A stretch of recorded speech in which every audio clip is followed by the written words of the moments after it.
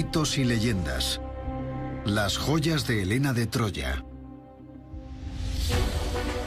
La Ilíada de Homero, el poema épico más grande jamás escrito.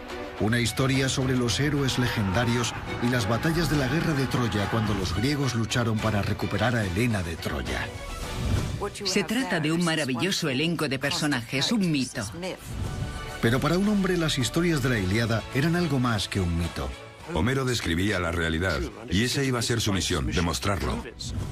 Para Heinrich Schliemann, el poema era un mapa del tesoro que podría conducir a riquezas incalculables. Las joyas entregadas a Helena de Troya por el rey Príamo. Era oro y tenía un valor incalculable. Schliemann vivió con esta obsesión durante 20 años. Tenía una gran confianza en sí mismo. Solo tenía una idea en la cabeza: encontrar el tesoro. Su propia historia se convertiría en épica. La historia de un hombre y su búsqueda de las joyas perdidas de Helena de Troya.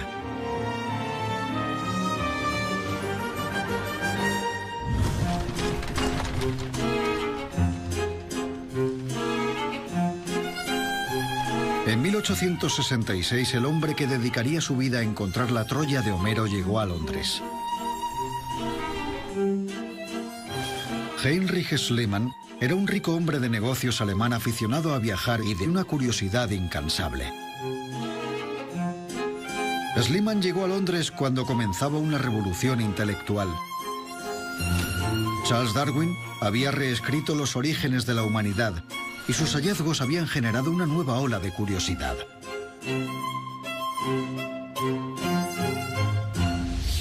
Es cierto que Schliemann llegó justo en el momento oportuno. Había mucho interés en la prehistoria y empezaba a extenderse por el mundillo de la arqueología.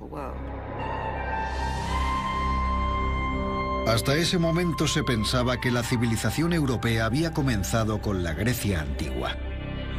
Pero empezó a surgir una corriente que apuntaba a que los orígenes se podrían remontar a mucho antes, que el pasado de la humanidad estaba aún por descubrirse. En la época de Schliemann, la gente no sabía que existía más historia antes de la antigua Grecia. Para Schliemann, encontrar la primera gran civilización europea suponía un reto digno para un hombre rico que quería labrarse una reputación.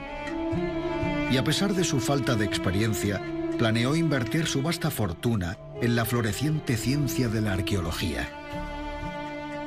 El campo de la arqueología era uno de los temas más interesantes de estudio. No creo que Schliemann estuviera interesado en hallar la prehistoria. Sus motivos no eran tan intelectuales. Era un hombre de negocios que se pudo retirar joven y buscaba algo interesante que hacer. A Schliemann le atrajo la idea de unir mediante la arqueología sus dos pasiones: hacer dinero y la legendaria historia de Troya. Quien hiciera algún descubrimiento se aseguraría un glorioso futuro. Schliemann afirmaba haberse obsesionado con Troya desde su infancia, cuando leyó por primera vez la Ilíada. Escrita por Homero, la Ilíada cuenta la historia de un gran rey llamado Príamo, que gobernó la ciudad de Troya alrededor del año 1250 a.C. La historia de Troya lo tenía todo para un arqueólogo. Un mito muy enriquecedor y muchos personajes. Paris, hijo del rey Príamo, causó el caos al seducir a la preciosa princesa griega Helena y se la robó a su marido Menelao para llevarla a la ciudad de su padre. Se decía que Helena era la mujer más hermosa del mundo. Como represalia, Agamenón, rey de Micenas, la ciudad más poderosa de toda Grecia, envió 1000 naves para recuperar a Helena y asentó a su inmenso ejército cerca de los muros de la ciudad. Los griegos hicieron coalición bajo Agamenón. Se juntaron para recuperar a Helena por la fuerza. Lo que lo hace tan fascinante es que todo era de proporciones inmensas. Tras 10 años de asedio, los griegos se abrieron camino, matando a los habitantes de Troya y reduciendo a cenizas la ciudad.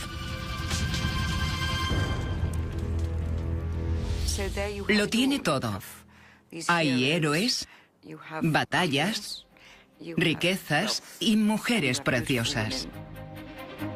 Para Schliemann, lo más importante era la posible existencia de tesoros enterrados. En la Ilíada de Homero se hablaba del tesoro de Príamo, una colección incalculable de oro y joyas que el rey le había regalado a Helena. A Schliemann le cautivaba la idea de que el oro se hubiese escondido en la ciudad agonizante durante la destrucción final de Troya bajo las llamas. No se quitaba esa imagen de la cabeza. Estaba tan obsesionado con la Ilíada que para él, el relato sobre el tesoro de Príamo era real. Si Homero había dicho que había oro, es que había oro. De hecho, el tesoro no juega un papel importante en la Ilíada, pero sí lo tenía en la mente de Schliemann. Schliemann creía que la Ilíada estaba repleta de pistas para ser descubiertas por los arqueólogos y que si las seguía le llevarían hasta el tesoro de Príamo. La mayoría de los historiadores del siglo XIX creían que la Troya de Homero solo era un mito, no un hecho histórico. Muchos investigadores pensaban que solo existía en la imaginación de Homero, que era mitología. Pero la convicción de Schliemann era firme y se autoasignó la misión de descifrar las pistas de la Ilíada con la misma dedicación con la que había creado su fortuna en los negocios. Tenía una energía extraordinaria. Era un hombre de grandes convicciones y concentración. Cuando se le metía algo en la cabeza, procedía con disciplina militar. Podía defenderse en 22 idiomas. De forma autodidacta, Schliemann aprendió griego antiguo en unos pocos meses. Solo hablaba en ese idioma y llenaba libretas enteras con traducciones hasta que fue capaz de leer a Homero en su idioma original. El hombre de negocios se transformó a sí mismo en un singular arqueólogo. Se volcó en dominar literatura e historia antigua. Y era muy capaz, era muy inteligente. A finales de 1868, con la obra de Homero en el bolsillo, Schliemann zarpó en busca de Troya. Solo tenía una idea en mente: encontrar el tesoro. Su destino era la Tróade, una llanura en la costa noroeste de Turquía. Aunque Schliemann no era el primero en buscar Troya en ese lugar, estaba seguro de que con la ayuda de Homero podría triunfar donde otros habían fracasado. Desde el siglo XIX, siempre se había buscado Troya en la zona noroeste de lo que ahora es Turquía, pero es una zona muy amplia. Buscar en Tróade no iba a ser tarea fácil. La zona ocupaba unos 160 kilómetros cuadrados. Y la Troya de Homero era 1000 años anterior a la antigua Roma. Tendría que estar enterrada o detrás de construcciones hechas a posteriori. La prehistoria no estaba en lugares determinados. Estaba enterrada bajo capas y capas de distintos pueblos. Schliemann esperaba que la respuesta se hallara en un pueblo llamado Burnavasi. Estaba rodeado de restos arqueológicos y parecía el lugar ideal para la Troya descrita por Homero. Burnavasi tenía ciertos elementos que encajaban a la perfección, incluso restos de fortificaciones y murallas. Estaba bien posicionada, había restos en lo alto, montículos funerarios y ríos en la parte inferior. Todo encajaba a la perfección con la descripción que Homero hacía de Troya. Los arqueólogos ya habían excavado en la zona buscando Troya, pero no habían encontrado nada. Schliemann no se iba a rendir. Tenía su propio método para comprobar si Burnavasi encajaba con la Ilíada. En un conocido episodio de la Ilíada, el héroe griego Aquiles persigue al guerrero troyano Héctor dando 3 vueltas alrededor de las murallas de Troya antes de vencerle en combate singular.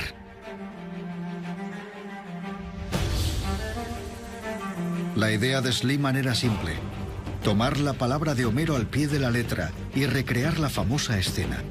Si conseguía correr alrededor de la colina 3 veces, entonces Burnavasi podría ser Troya. Pero enseguida se dio cuenta del problema. Nadie podría aguantar físicamente el recorrido que Homero había descrito en aquel lugar, ni siquiera el semidios Aquiles. Acabó el recorrido arrastrándose. El problema es que estaba en una colina muy empinada. Y si alguien se toma la Ilíada literalmente, como hacía Schliemann, enseguida se hacía obvio que no era posible hacerlo. Schliemann lo vio claro. Homero no podía equivocarse, así que Burnavasi no era Troya. Concluyó que aquello no era Troya. Debía encontrarse en otra parte. Schliemann necesitaba proceder de otra manera, y su fe en Homero y la Ilíada estaba a punto de recompensarle.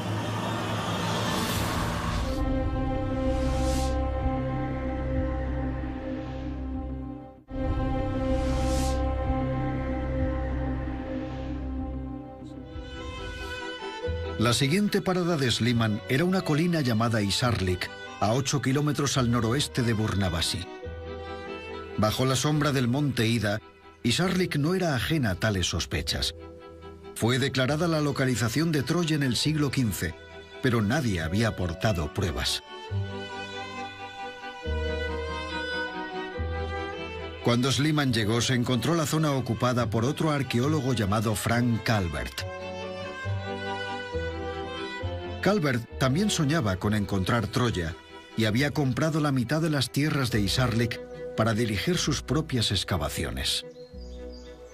El problema para Frank Calvert era que no tenía suficientes fondos para financiarse a gran escala.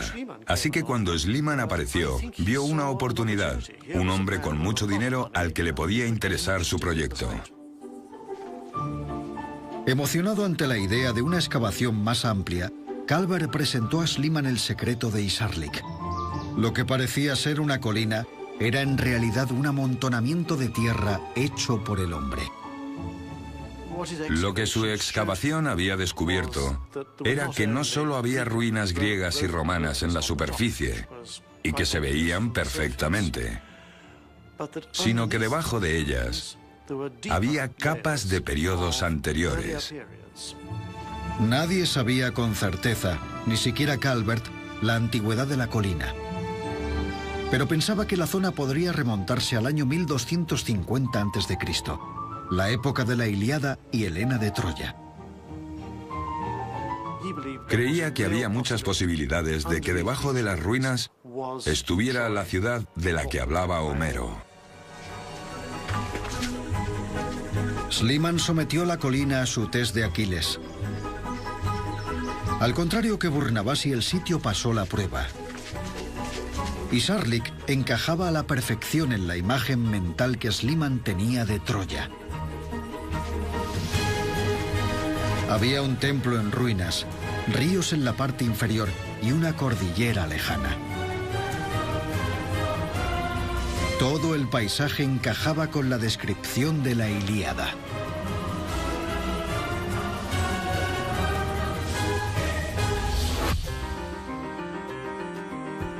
Schliemann estaba listo para excavar en busca de Troya y quería empezar cuanto antes. Pero Calvert le dijo que necesitaría el permiso del gobierno turco. Calvert era un hombre cauto, todo lo contrario que Schliemann. Schliemann no había amasado su fortuna siendo cauteloso. Ignoró a Calvert y contrató empleados para comenzar con la excavación de todas formas. La autorización podía esperar. Era un hombre influyente. Tenía mucho dinero, pero lo que no tenía era diplomacia, lo cual es importante si vas a excavar en un país extranjero. Los turcos se enfurecieron al descubrir que Sliman estaba acabando. Le exigieron que saliera de Hisarlik, pero Sliman no iba a rendirse. Estableció muchos contactos con los más poderosos e influyentes. Bombardeó a todos con cientos de cartas. Sliman envió a los turcos montones de disculpas y de amenazas. El estilo de las cartas de Sliman muestran una actitud de acoso hacia los débiles y muy sumisa y aduladora hacia los fuertes. Sabía de qué hilos debía tirar y sabía muy bien a quién podía sobornar. Todo eso le ayudó a persuadir a las autoridades turcas de que le dejasen hacer lo que quisiera. Después de 3 años, Sliman consiguió un trato. Tendría que pagar por todas las excavaciones en Hisarlik y repartir los hallazgos al 50% con el gobierno turco. Pero al menos ya tenía su autorización oficial para buscar Troya. Se puso manos a la obra, pero pronto descubrió que Hisarlik era un yacimiento muy complejo. Había muchas épocas diferentes enterradas. La colina se había ido formando a lo largo del tiempo, con una capa sobre otra, como si fuera un cuenco boca abajo. Durante siglos, los habitantes de Hisarlik habían ido añadiendo capas, edificando durante cientos de años. Sliman dio por hecho que como la Troya de Homero se remontaba al 1250 a.C., hace unos 3000 años, tendría que estar en el fondo. Para Sliman, el hecho de que Homero fuese de los comienzos de la literatura griega significaba que su Troya debía de encontrarse en la primera de la lista de las Troyas sucesivas. Sliman desarrolló un plan sencillo y brutal. Podría quitar de golpe gran cantidad de capas, arrasando con todo hasta llegar al centro de la colina. Aquello era una medida tremendamente drástica, incluso en la década de 1870. Sliman era así. Quería ir directo al grano, encontrar el tesoro, construir la imagen de Troya y ser el hombre que la descubriera. Frank Calver estaba horrorizado. Como arqueólogo profesional insistió a Sliman para que procediese con más cautela, separando con cuidado capas finas e ir cribando con cuidado los hallazgos. Por sus excavaciones, podemos conocer la forma de trabajar de Frank Calvert. A él le habría gustado que Sliman excavase despacio y con cuidado. Pero Sliman casi podía oler el tesoro de Príamo. Seguiría adelante con todas sus fuerzas. Sliman ignoró por completo los consejos de Calvert sobre el complejo yacimiento y la forma de trabajarlo. Como resultado, comenzó a abrirse una brecha en las relaciones entre Calvert y Sliman. Consiguió gran equipamiento y mucho personal. Su fortuna le permitía comprar toda la maquinaria de minería que necesitase. Su objetivo era deshacer grandes porciones de tierra para llegar hasta el fondo lo antes posible. Había cabestrantes, palancas, incluso arietes, y lo más impactante de todo, la dinamita. Sus métodos eran un poco, digamos, alarmantes. Era un arqueólogo inconsciente y torpe. No respetaba los yacimientos, no marcaba las zonas correctamente. Aquello supuso que se perdiesen detalles valiosos por su culpa, echando a perder grandes cantidades de restos. Sliman solía recibir a menudo la visita al yacimiento de su mujer Sofía, una joven griega 30 años menor que él. Sofía le recordaba a Helena de Troya y estaba desesperado por implicarla en la búsqueda del tesoro de Príamo.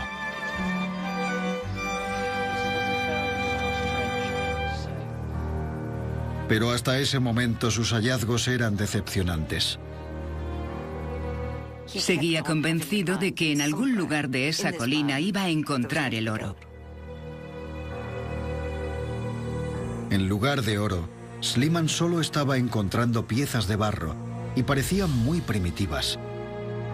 Nada que ver con el esplendor de la Troya de Homero que se había imaginado. A él no le emocionaba encontrar vasijas de barro, ya que no encajaban en su idea de Troya. Su sueño sobre Troya parecía desvanecerse. Era la búsqueda del tesoro sin el tesoro. La excavación de 1871 no dio resultados, pero Schliemann no iba a darse por vencido. Era cuestión de excavar aún más, llegar a capas más profundas y así encontraría el oro.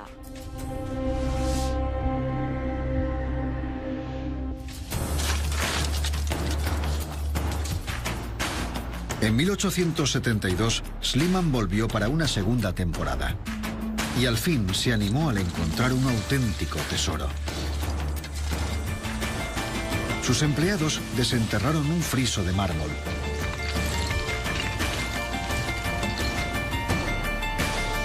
Mostraba al dios Apolo en su carruaje tirado por 4 caballos. Schliemann se dio cuenta de que procedía de un templo griego que había ocupado la colina aproximadamente en el año 300 a.C. Eso eran unos 1000 años después de la Troya de Homero. Pero al menos había encontrado algo. Era un hallazgo muy importante y tenía mucho valor. Pero había un problema con el hallazgo.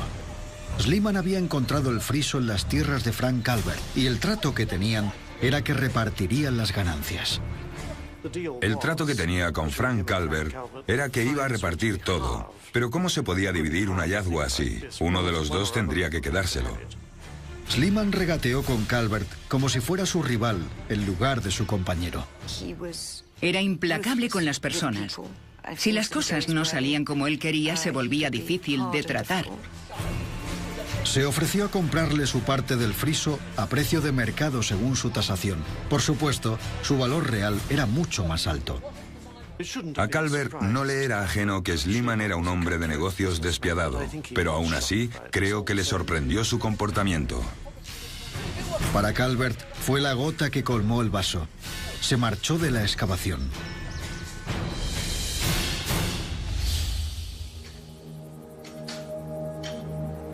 Para muchos, perder a su mentor arqueólogo habría sido un inconveniente, pero no desanimó a Schliemann.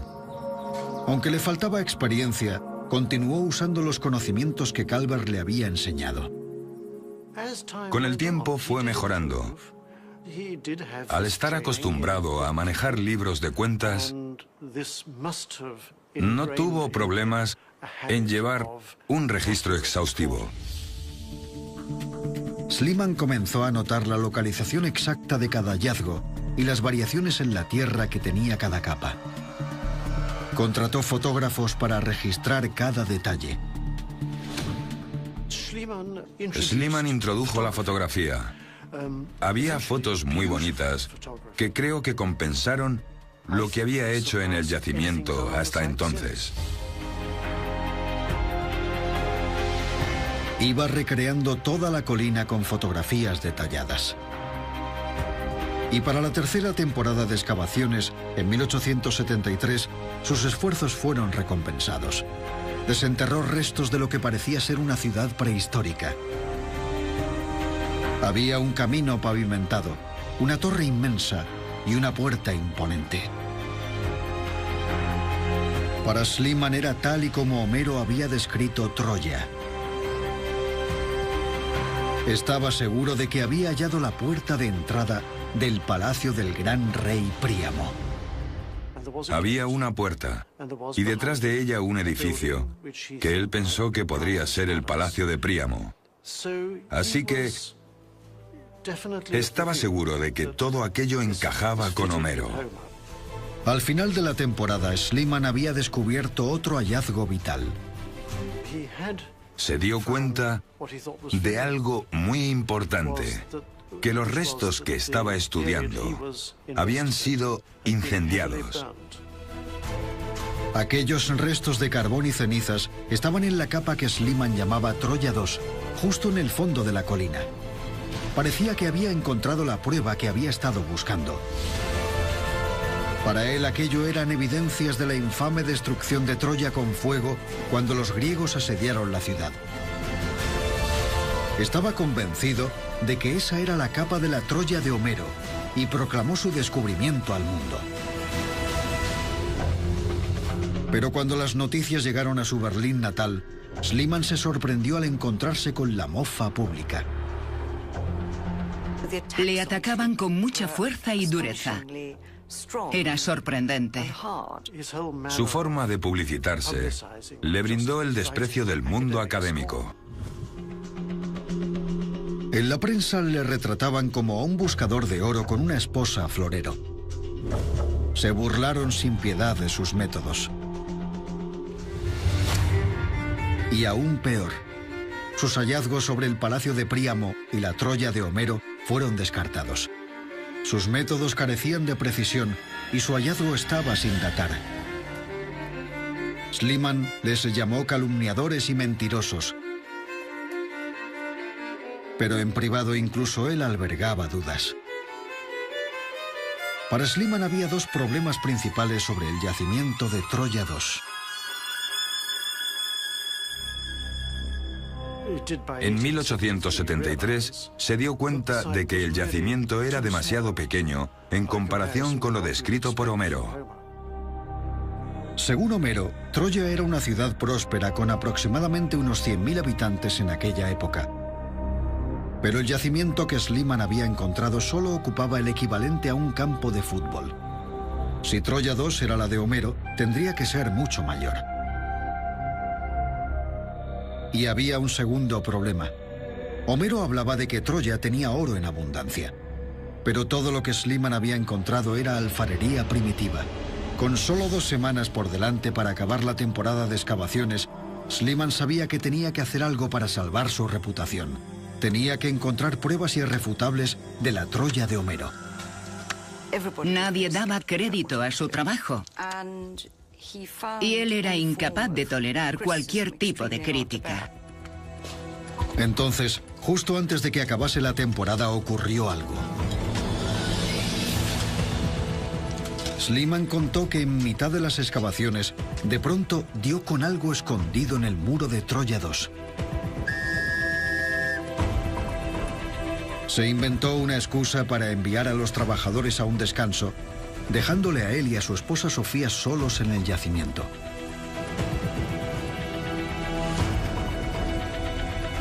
Aseguró que ella fue el único testigo del hallazgo de su vida.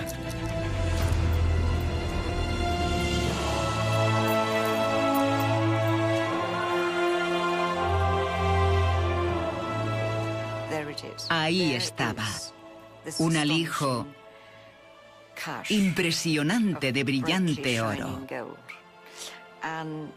Era todo lo que jamás había soñado.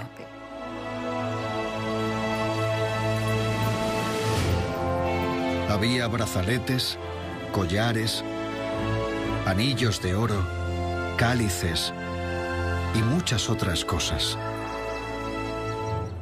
Había recipientes de oro y plata y muchos objetos de bronce.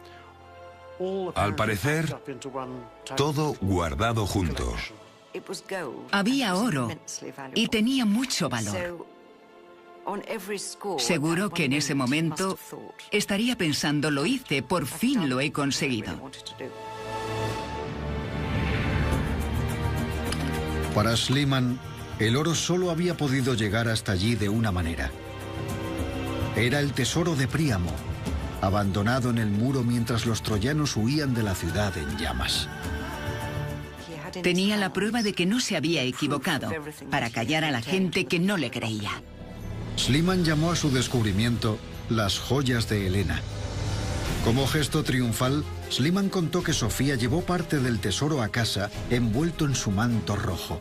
Era obvio que todo aquello le producía muchísima emoción. De nuevo, Schliemann proclamó su descubrimiento al mundo, pero esta vez eligió una forma peculiar para hacerlo. Llamó a un fotógrafo y crearon sin saberlo una de las fotografías más famosas en la arqueología. Hizo que Sofía se vistiera y se pusiera las joyas para hacerle una foto. La fotografía dio la vuelta al mundo.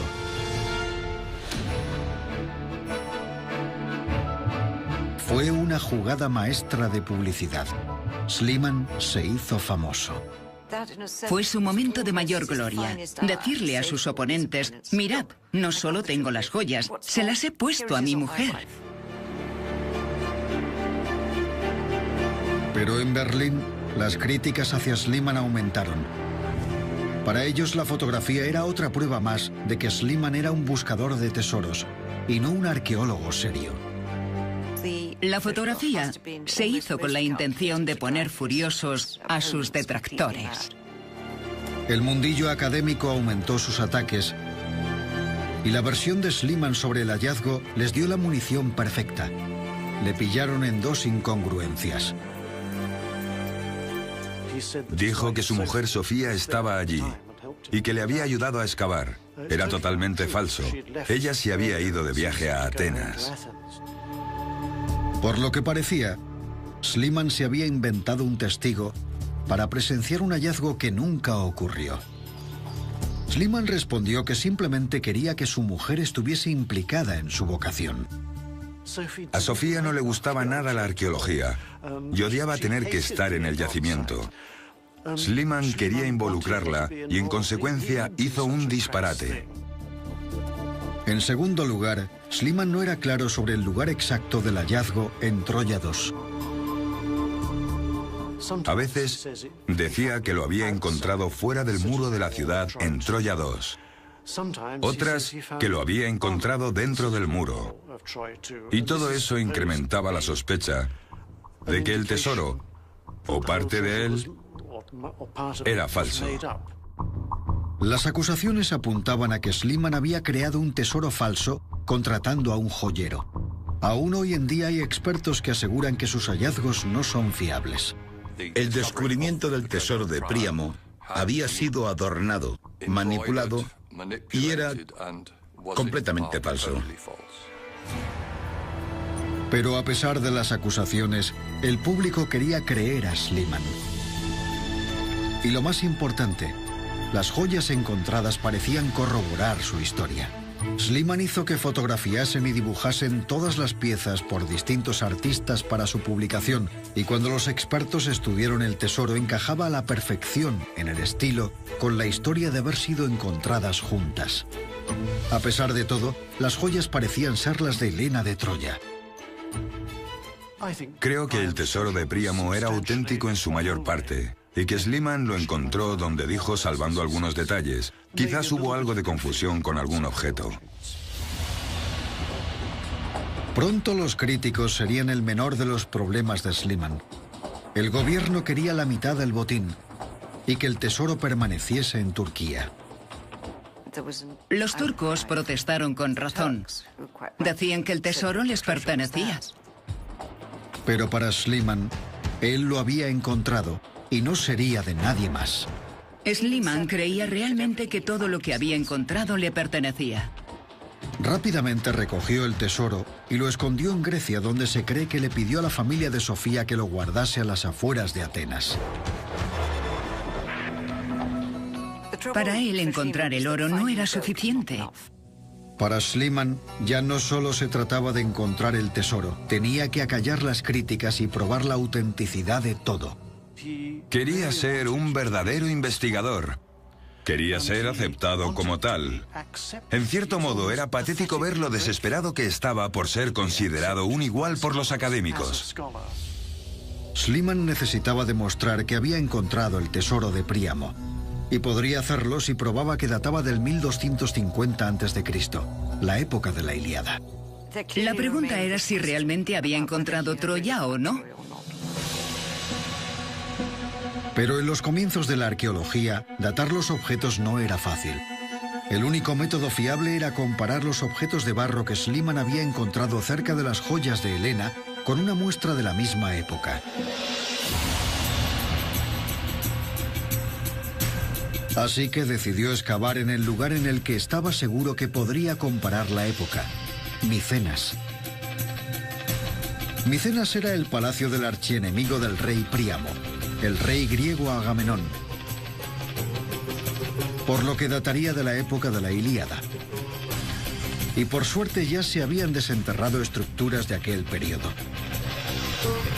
Si encontraba cerámica en Micenas, podría usarla para datarla de la Troya de Homero y silenciar a sus críticos.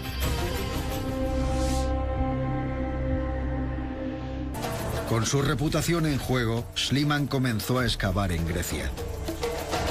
Una vez más, decidió hacerlo siguiendo las pistas de su clase favorita de guía: los escritos de un autor antiguo. El escritor griego Pausanias decía que en Micenas se encontraban las 5 tumbas de Agamenón y sus amigos más cercanos. Los expertos creían que Pausanias no era fiable, pero Schliemann siguió sus relatos como si de una guía se tratara. En solo unos días dio con algo: tumbas formando un círculo de fosas, cada una con un tesoro, tal y como Pausanias describía. Y un hallazgo destacó sobre los demás.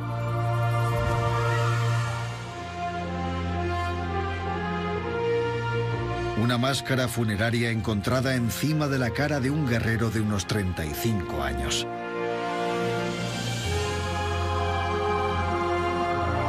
Se cuenta que Schliemann telegrafió al rey de Grecia diciéndole: «He contemplado el rostro de Agamenón». La estrategia poco imaginativa de Schliemann no debería haber funcionado, pero lo hizo.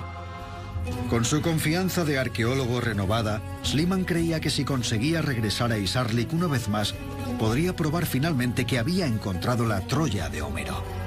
En 1890, Schliemann había hecho las paces con el gobierno turco y se le concedió permiso para enfrentarse a excavar una vez más. Su plan: usar la cerámica y las construcciones halladas en Micenas para confirmar de una vez por todas que la colina de Isarlik databa del año 1250 a.C. y que realmente había encontrado el tesoro de Príamo. Por entonces Schliemann tenía una gran ayuda profesional al contratar al ingenioso arquitecto Wilhelm Dörpfeld. Tenía una forma especial de entender y registrar la arquitectura, y sabía cómo poner sobre el papel las características y complejidades del yacimiento. Bajo la influencia de Dörpfeld, Schliemann accedió a pasar su atención de Troya 2 a otra capa llamada Troya 6, a unos 12 metros de la superficie. Schliemann había ignorado este nivel y había pasado directamente a través de él en su búsqueda de Troya 2. Dörpfeld le sugirió que excavasen en busca de Troya 6, tan hondo como fuera posible, lejos de las excavaciones anteriores en el centro de la colina. En efecto, aquella amplia excavación dio sus frutos. Troya 6 era una ciudad mucho mayor, con edificios y cerámicas que encajaban con las que Schliemann había encontrado en Micenas. Al fin, creía haber hallado el objeto de su obsesión: la Troya de Homero. Pero junto al triunfo llegó la devastadora realidad. Si Troya 6 era la Troya de Homero, entonces Troya 2, donde Schliemann había encontrado el tesoro de Príamo, no podía serlo. Y aún peor, debido a sus prisas para llegar hasta el fondo de la colina, Schliemann había arruinado la misma ciudad que llevaba buscando 20 años. En el proceso había destruido enormes áreas de la Troya real y había arruinado evidencias arqueológicas de vital importancia. Tuvo que enfrentarse al hecho de que había destruido gran parte de los restos por el modo en que había hecho las excavaciones. Cuando se dio cuenta de la realidad, Schliemann quedó devastado. Schliemann se metió en su tienda y estuvo allí durante 3 días. Cuando al fin salió, dijo en tono derrotado: creo que tienes razón. En 1890, Schliemann se fue a la tumba, manteniendo públicamente su creencia en Troya II y en las joyas de Helena, evitando confrontar la horrible verdad.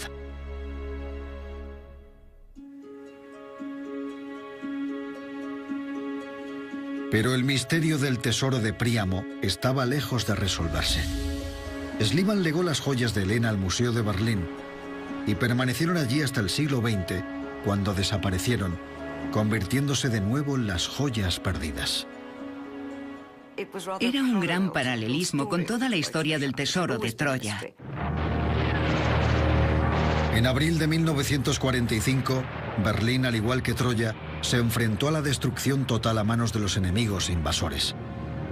El Tercer Reich del régimen nazi dio sus últimos coletazos en la batalla de Berlín, mientras el ejército rojo de la Unión Soviética asediaba la ciudad.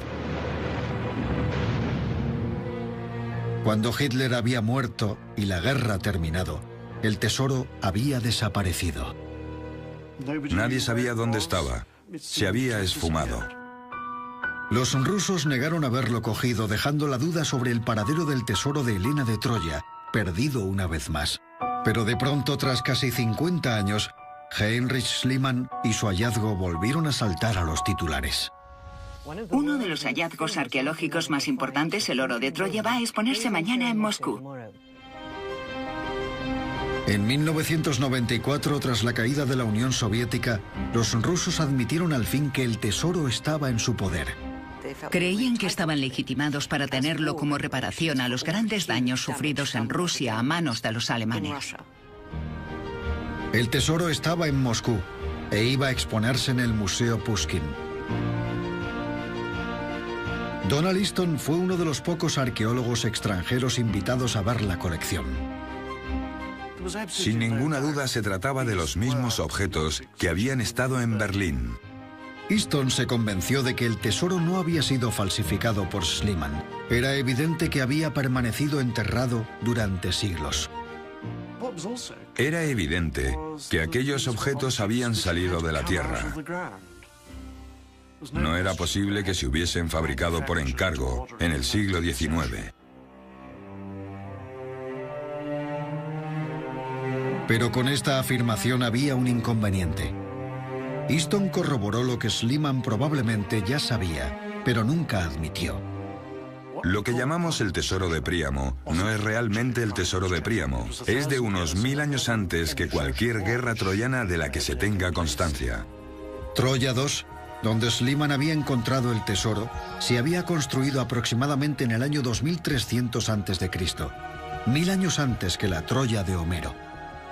Así que no podía tratarse de las joyas de Helena de Troya. Pero su hallazgo pertenecía a una de las primeras civilizaciones europeas, más antiguo que cualquier descubrimiento desenterrado hasta entonces. Tenía mucho dinero, pero lo que no tenía era diplomacia, lo cual es importante si vas a excavar en un país extranjero.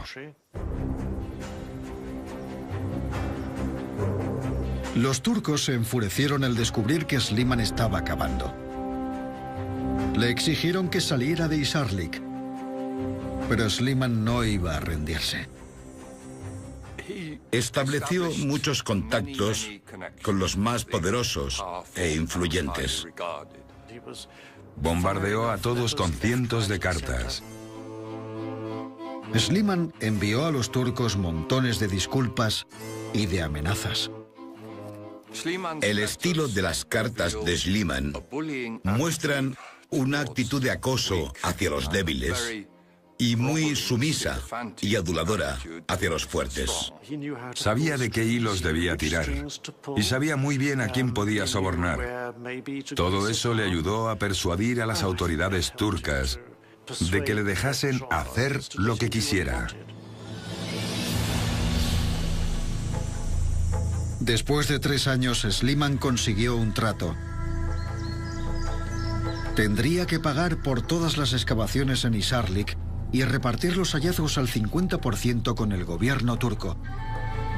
Pero al menos ya tenía su autorización oficial para buscar Troya. Se puso manos a la obra, pero pronto descubrió que Hisarlik era un yacimiento muy complejo. Había muchas épocas diferentes enterradas. La colina se había ido formando a lo largo del tiempo, con una capa sobre otra, como si fuera un cuenco boca abajo. Durante siglos, los habitantes de Hisarlik habían ido añadiendo capas, edificando durante cientos de años. Schliemann dio por hecho que como la Troya de Homero se remontaba al 1250 a.C., hace unos 3000 años, tendría que estar en el fondo. Para Schliemann, el hecho de que Homero fuese de los comienzos de la literatura griega significaba que su Troya debía de encontrarse en la primera de la lista de las Troyas sucesivas. Schliemann desarrolló un plan sencillo y brutal. Podría quitar de golpe gran cantidad de capas, arrasando con todo hasta llegar al centro de la colina. Aquello era una medida tremendamente drástica, incluso en la década de 1870. Schliemann era así. Quería ir directo al grano, encontrar el tesoro, construir la imagen de Troya y ser el hombre que la descubriera. Frank Calver estaba horrorizado. Como arqueólogo profesional insistió a Schliemann para que procediese con más cautela, separando con cuidado capas finas e ir cribando con cuidado los hallazgos. Por sus excavaciones, podemos conocer la forma de trabajar de Frank Calvert. A él le habría gustado que Schliemann excavase despacio y con cuidado. Pero Schliemann casi podía oler el tesoro de Príamo. Seguiría adelante con todas sus fuerzas. Schliemann ignoró por completo los consejos de Calvert sobre el complejo yacimiento y la forma de trabajarlo. Como resultado, comenzó a abrirse una brecha en las relaciones entre Calvert y Schliemann. Consiguió gran equipamiento y mucho personal. Su fortuna le permitía comprar toda la maquinaria de minería que necesitase. Su objetivo era deshacer grandes porciones de tierra para llegar hasta el fondo lo antes posible. Había cabestrantes, palancas, incluso arietes, y lo más impactante de todo, la dinamita. Sus métodos eran un poco, digamos, alarmantes. Era un arqueólogo inconsciente y torpe. No respetaba los yacimientos, no marcaba las zonas correctamente. Aquello supuso que se perdiesen detalles valiosos por su culpa, echando a perder grandes cantidades de restos. Schliemann solía recibir a menudo la visita al yacimiento de su mujer Sofía, una joven griega 30 años menor que él. Sofía le recordaba a Helena de Troya y estaba desesperado por implicarla en la búsqueda del tesoro de Príamo.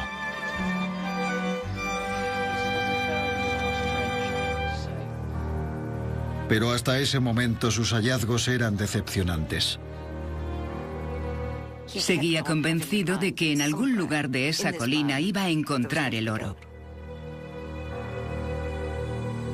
En lugar de oro, Schliemann solo estaba encontrando piezas de barro y parecían muy primitivas. Nada que ver con el esplendor de la Troya de Homero que se había imaginado. A él no le emocionaba encontrar vasijas de barro, ya que no encajaban en su idea de Troya. Su sueño sobre Troya parecía desvanecerse. Era la búsqueda del tesoro sin el tesoro. La excavación de 1871 no dio resultados, pero Schliemann no iba a darse por vencido. Era cuestión de excavar aún más, llegar a capas más profundas y así encontraría el oro.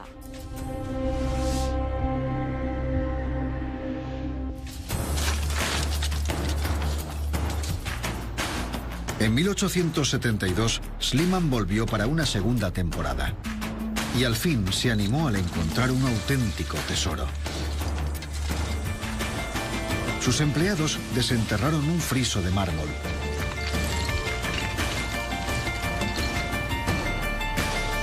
Mostraba al dios Apolo en su carruaje tirado por 4 caballos. Schliemann se dio cuenta de que procedía de un templo griego que había ocupado la colina aproximadamente en el año 300 a.C. Eso eran unos 1000 años después de la Troya de Homero. Pero al menos había encontrado algo. Era un hallazgo muy importante y tenía mucho valor. Pero había un problema con el hallazgo. Schliemann había encontrado el friso en las tierras de Frank Calvert y el trato que tenían era que repartirían las ganancias.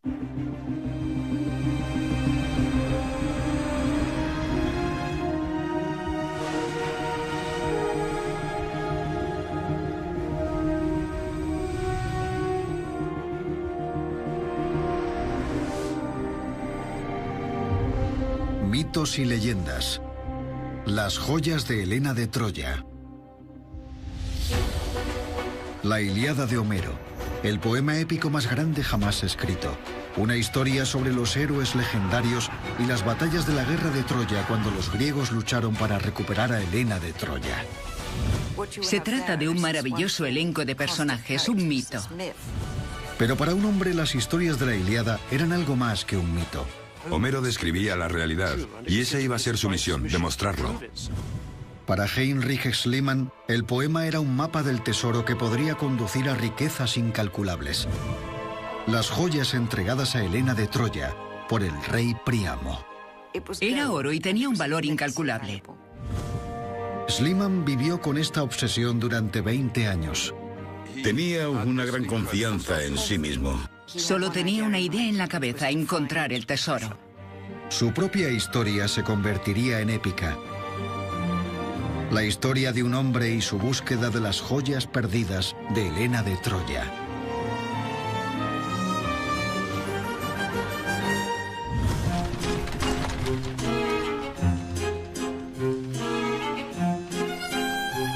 En 1866, el hombre que dedicaría su vida a encontrar la Troya de Homero llegó a Londres. Heinrich Schliemann era un rico hombre de negocios alemán aficionado a viajar y de una curiosidad incansable. Schliemann llegó a Londres cuando comenzaba una revolución intelectual. Charles Darwin había reescrito los orígenes de la humanidad y sus hallazgos habían generado una nueva ola de curiosidad.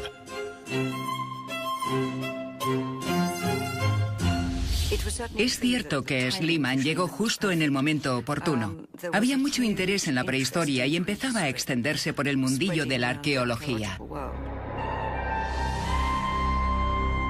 Hasta ese momento se pensaba que la civilización europea había comenzado con la Grecia antigua. Pero empezó a surgir una corriente que apuntaba a que los orígenes se podrían remontar a mucho antes, que el pasado de la humanidad estaba aún por descubrirse. En la época de Schliemann, la gente no sabía que existía más historia antes de la antigua Grecia. Para Schliemann, encontrar la primera gran civilización europea suponía un reto digno para un hombre rico que quería labrarse una reputación. Y a pesar de su falta de experiencia, planeó invertir su vasta fortuna en la floreciente ciencia de la arqueología. El campo de la arqueología era uno de los temas más interesantes de estudio. No creo que Schliemann estuviera interesado en hallar la prehistoria. Sus motivos no eran tan intelectuales. Era un hombre de negocios que se pudo retirar joven y buscaba algo interesante que hacer. A Schliemann le atrajo la idea de unir mediante la arqueología sus dos pasiones: hacer dinero y la legendaria historia de Troya. Quien hiciera algún descubrimiento se aseguraría un glorioso futuro. Schliemann afirmaba haberse obsesionado con Troya desde su infancia, cuando leyó por primera vez la Ilíada.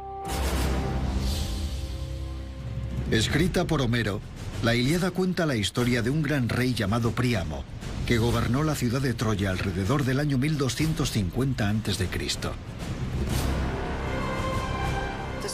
La historia de Troya lo tenía todo para un arqueólogo, un mito muy enriquecedor y muchos personajes. Paris, hijo del rey Príamo, causó el caos al seducir a la preciosa princesa griega Helena y se la robó a su marido Menelao para llevarla a la ciudad de su padre. Se decía que Helena era la mujer más hermosa del mundo.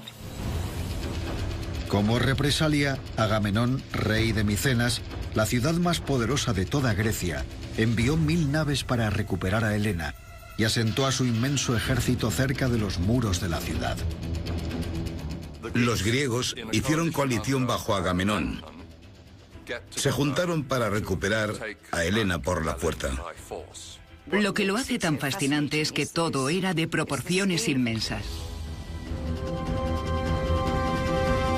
Tras 10 años de asedio, los griegos se abrieron camino, matando a los habitantes de Troya y reduciendo a cenizas la ciudad. Lo tiene todo. Hay héroes, batallas, riquezas y mujeres preciosas. Para Schliemann, lo más importante era la posible existencia de tesoros enterrados. En la Ilíada de Homero se hablaba del tesoro de Príamo, una colección incalculable de oro y joyas que el rey le había regalado a Helena. A Schliemann le cautivaba la idea de que el oro se hubiese escondido en la ciudad agonizante durante la destrucción final de Troya bajo las llamas. No se quitaba esa imagen de la cabeza. Estaba tan obsesionado con la Ilíada que para él, el relato sobre el tesoro de Príamo era real. Si Homero había dicho que había oro, es que había oro. De hecho, el tesoro no juega un papel importante en la Ilíada, pero sí lo tenía en la mente de Schliemann. Schliemann creía que la Ilíada estaba repleta de pistas para ser descubiertas por los arqueólogos y que si las seguía le llevarían hasta el tesoro de Príamo. La mayoría de los historiadores del siglo XIX creían que la Troya de Homero solo era un mito, no un hecho histórico. Muchos investigadores pensaban que solo existía en la imaginación de Homero, que era mitología. Pero la convicción de Schliemann era firme y se autoasignó la misión de descifrar las pistas de la Ilíada con la misma dedicación con la que había creado su fortuna en los negocios. Tenía una energía extraordinaria. Era un hombre de grandes convicciones y concentración. Cuando se le metía algo en la cabeza, procedía con disciplina militar. En el muro mientras los troyanos huían de la ciudad en llamas. Tenía la prueba de que no se había equivocado, para callar a la gente que no le creía. Schliemann llamó a su descubrimiento las joyas de Helena. Como gesto triunfal, Schliemann contó que Sofía llevó parte del tesoro a casa envuelto en su manto rojo. Era obvio que todo aquello le producía muchísima emoción. De nuevo, Schliemann proclamó su descubrimiento al mundo, pero esta vez eligió una forma peculiar para hacerlo.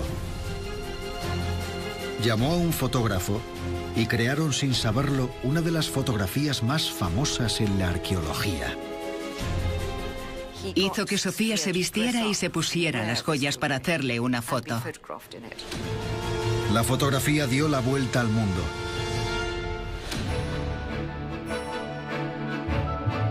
Fue una jugada maestra de publicidad. Schliemann se hizo famoso. Fue su momento de mayor gloria. Decirle a sus oponentes, mirad, no solo tengo las joyas, se las he puesto a mi mujer. Pero en Berlín, las críticas hacia Schliemann aumentaron. Para ellos, la fotografía era otra prueba más de que Schliemann era un buscador de tesoros y no un arqueólogo serio. La fotografía se hizo con la intención de poner furiosos a sus detractores.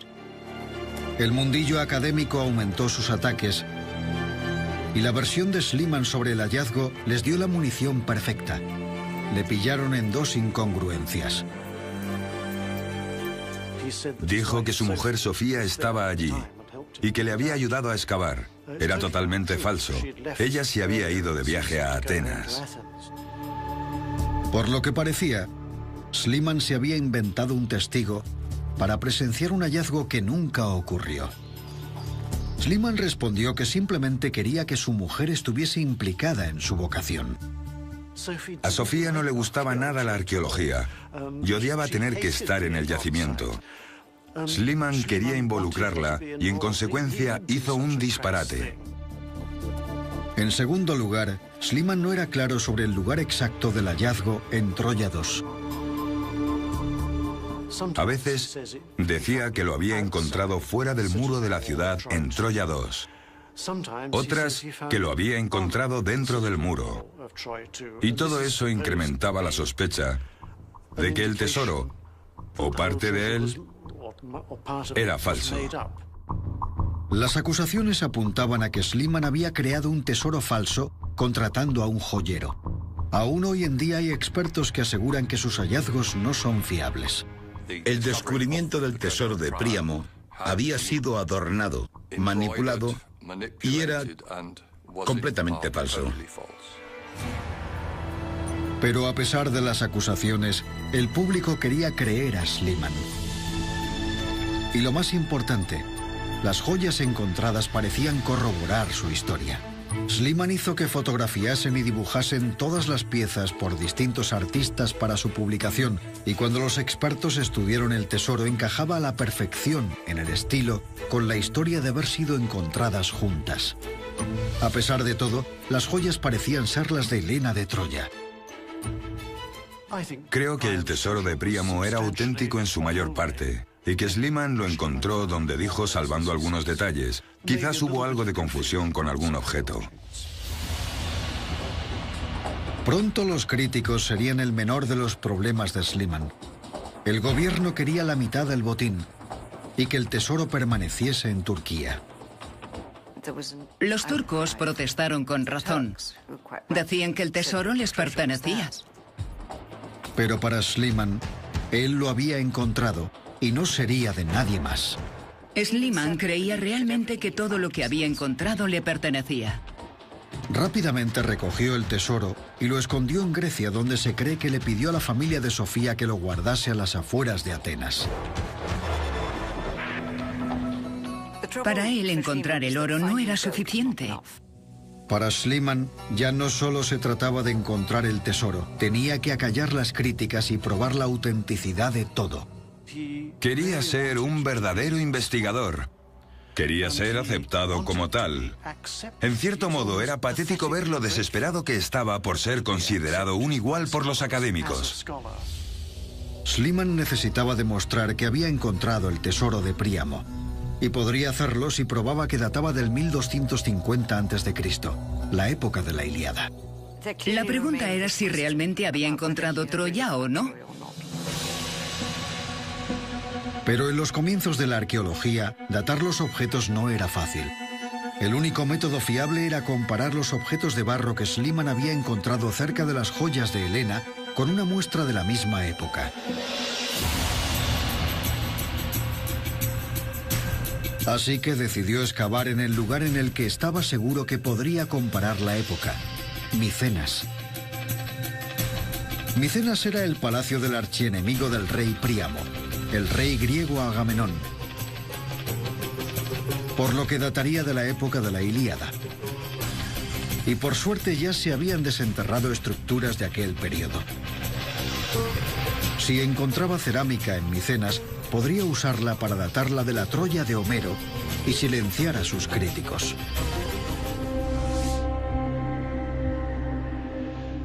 Con su reputación en juego, Schliemann comenzó a excavar en Grecia. Una vez más, decidió hacerlo siguiendo las pistas de su clase favorita de guía: los escritos de un autor antiguo. El escritor griego Pausanias decía que en Micenas se encontraban las 5 tumbas de Agamenón y sus amigos más cercanos. Los expertos creían que Pausanias no era fiable, pero Schliemann siguió sus relatos como si de una guía se tratara. En solo unos días dio con algo. Tumbas formando un círculo de fosas, cada una con un tesoro, tal y como Pausanias describía.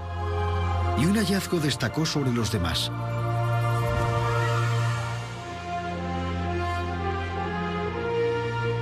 Una máscara funeraria encontrada encima de la cara de un guerrero de unos 35 años.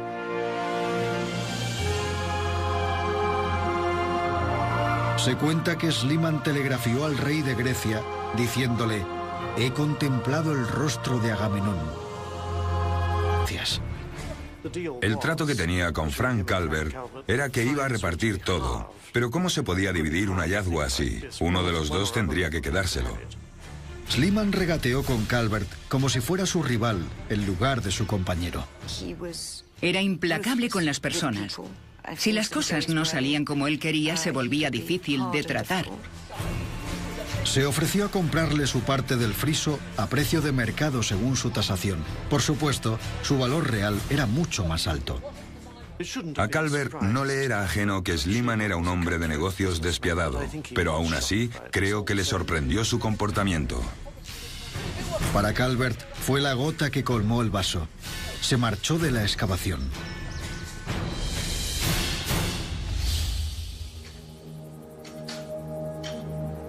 Para muchos, perder a su mentor arqueólogo habría sido un inconveniente, pero no desanimó a Schliemann. Aunque le faltaba experiencia, continuó usando los conocimientos que Calvert le había enseñado. Con el tiempo fue mejorando. Al estar acostumbrado a manejar libros de cuentas, no tuvo problemas en llevar un registro exhaustivo. Schliemann comenzó a notar la localización exacta de cada hallazgo y las variaciones en la tierra que tenía cada capa. Contrató fotógrafos para registrar cada detalle. Schliemann introdujo la fotografía. Había fotos muy bonitas que creo que compensaron lo que había hecho en el yacimiento hasta entonces.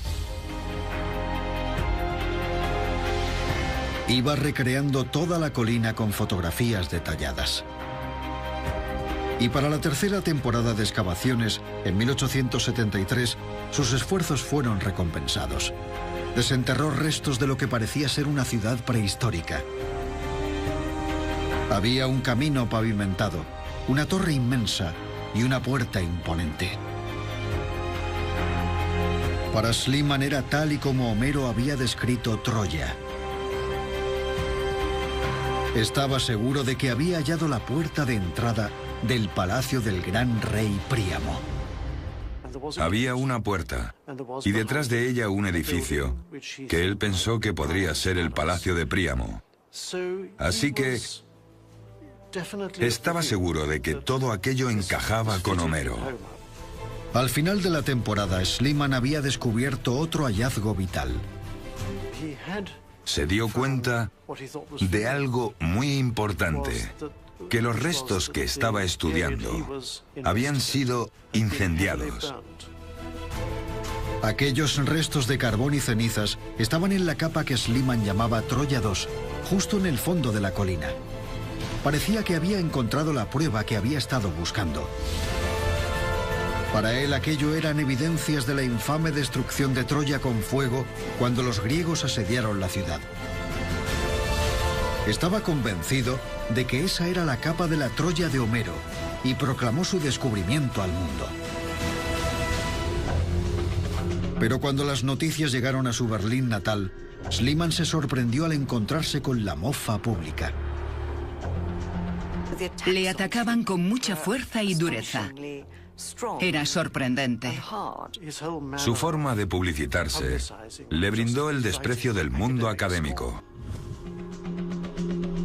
En la prensa le retrataban como a un buscador de oro con una esposa florero.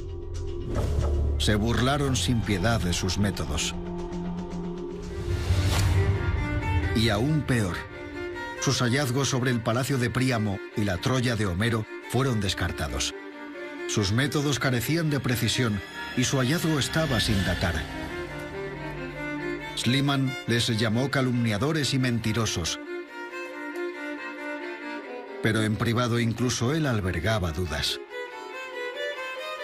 Para Schliemann había dos problemas principales sobre el yacimiento de Troya 2. En 1873 se dio cuenta de que el yacimiento era demasiado pequeño en comparación con lo descrito por Homero. Según Homero, Troya era una ciudad próspera con aproximadamente unos 100.000 habitantes en aquella época. Pero el yacimiento que Schliemann había encontrado solo ocupaba el equivalente a un campo de fútbol. Si Troya 2 era la de Homero, tendría que ser mucho mayor. Y había un segundo problema. Homero hablaba de que Troya tenía oro en abundancia. Pero todo lo que Schliemann había encontrado era alfarería primitiva. Con solo 2 semanas por delante para acabar la temporada de excavaciones, Schliemann sabía que tenía que hacer algo para salvar su reputación. Tenía que encontrar pruebas irrefutables de la Troya de Homero. Nadie daba crédito a su trabajo. Y él era incapaz de tolerar cualquier tipo de crítica. Entonces, justo antes de que acabase la temporada, ocurrió algo. Schliemann contó que en mitad de las excavaciones, de pronto dio con algo escondido en el muro de Troya 2. Se inventó una excusa para enviar a los trabajadores a un descanso, dejándole a él y a su esposa Sofía solos en el yacimiento.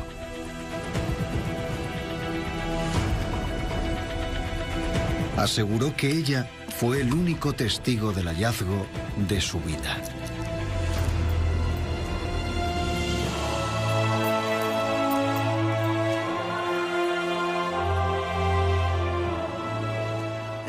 Ahí estaba, un alijo impresionante de brillante oro. Era todo lo que jamás había soñado.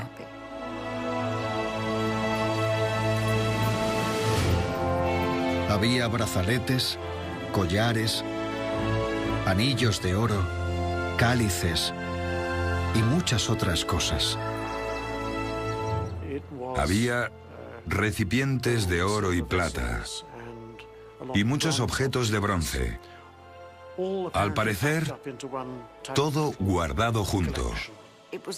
Había oro y tenía mucho valor. Seguro que en ese momento estaría pensando, lo hice, por fin lo he conseguido. Para Schliemann, el oro solo había podido llegar hasta allí de una manera. Era el tesoro de Príamo, abandonado. Podía defenderse en 22 idiomas. De forma autodidacta, Schliemann aprendió griego antiguo en unos pocos meses. Solo hablaba en ese idioma y llenaba libretas enteras con traducciones hasta que fue capaz de leer a Homero en su idioma original. El hombre de negocios se transformó a sí mismo en un singular arqueólogo. Se volcó en dominar literatura e historia antigua. Y era muy capaz, era muy inteligente. A finales de 1868, con la obra de Homero en el bolsillo, Schliemann zarpó en busca de Troya. Solo tenía una idea en mente: encontrar el tesoro. Su destino era la Tróade, una llanura en la costa noroeste de Turquía. Aunque Schliemann no era el primero en buscar Troya en ese lugar, estaba seguro de que con la ayuda de Homero podría triunfar donde otros habían fracasado. Desde el siglo XIX siempre se había buscado Troya en la zona noroeste de lo que ahora es Turquía, pero es una zona muy amplia. Buscar en Tróade no iba a ser tarea fácil. La zona ocupaba unos 160 kilómetros cuadrados. Y la Troya de Homero era 1000 años anterior a la antigua Roma. Tendría que estar enterrada o detrás de construcciones hechas a posteriori. La prehistoria no estaba en lugares determinados. Estaba enterrada bajo capas y capas de distintos pueblos. Schliemann esperaba que la respuesta se hallara en un pueblo llamado Burnavasi. Estaba rodeado de restos arqueológicos y parecía el lugar ideal para la Troya descrita por Homero. Burnavasi tenía ciertos elementos que encajaban a la perfección, incluso restos de fortificaciones y murallas. Estaba bien posicionada, había restos en lo alto, montículos funerarios y ríos en la parte inferior. Todo encajaba a la perfección con la descripción que Homero hacía de Troya. Los arqueólogos ya habían excavado en la zona buscando Troya, pero no habían encontrado nada. Schliemann no se iba a rendir. Tenía su propio método para comprobar si Burnavasi encajaba con la Ilíada. En un conocido episodio de la Ilíada, el héroe griego Aquiles persigue al guerrero troyano Héctor dando 3 vueltas alrededor de las murallas de Troya antes de vencerle en combate singular.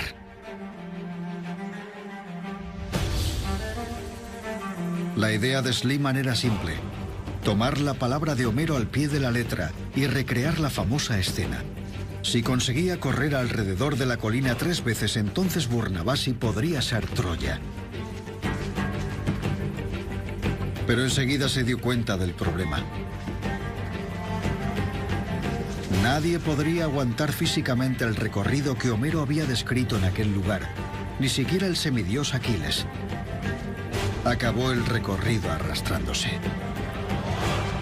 El problema es que estaba en una colina muy empinada, y si alguien se toma la Ilíada literalmente como hacía Schliemann, enseguida se hacía obvio que no era posible hacerlo. Schliemann lo vio claro.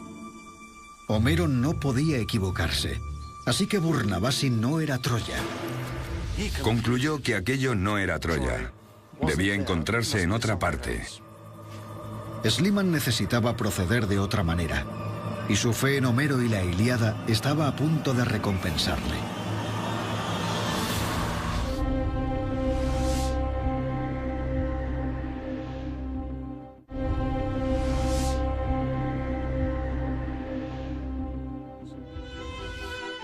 La siguiente parada de Schliemann era una colina llamada Isarlik, a 8 kilómetros al noroeste de Burnavasi. Bajo la sombra del monte Ida, Isarlik no era ajena a tales sospechas. Fue declarada la localización de Troya en el siglo XV, pero nadie había aportado pruebas. Cuando Schliemann llegó, se encontró la zona ocupada por otro arqueólogo llamado Frank Calvert.